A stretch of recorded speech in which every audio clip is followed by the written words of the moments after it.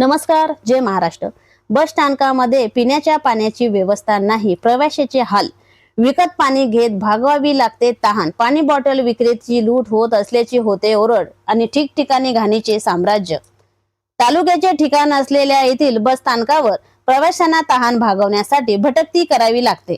तरीही पाणी न मिळाल्यास नाईलाजाने पाणी बॉटल खरेदी करून तहान भागवावी लागत असल्याची नामुष्की प्रवाशावर ओढवत आहे।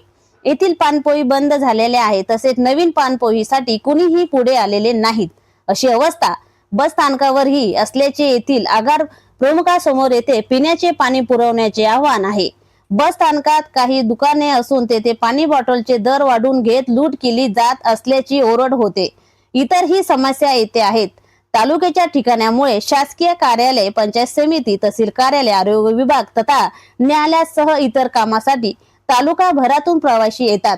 शहरालगत असलेल्या अनेक गावे असल्यामुळे रोज बाजारहाट व्यक्तिगत कामासाठी ग्रामस्थ येतात। येथे दर शनिवारी बाजार भरतो। खेड्यापाड्यातील ग्रामस्थांनी ही प्रमुख बाजारपेठ आहे।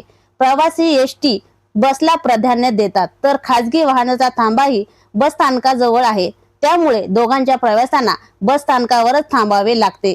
तसेच येथील बस स्थानक परिसरात मुतारीचे घाण व दुर्गंधीचे बसस्थान बनलेले आहे।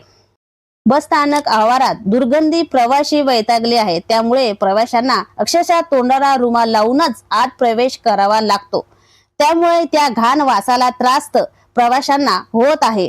बस स्थानक हे दुचाकी चारचाकी वाहनासाठी जणू वाहनतळ बनलेले दिसते, मात्र याकडे प्रशासनाचे पूर्णपणे दुर्लक्ष आहे।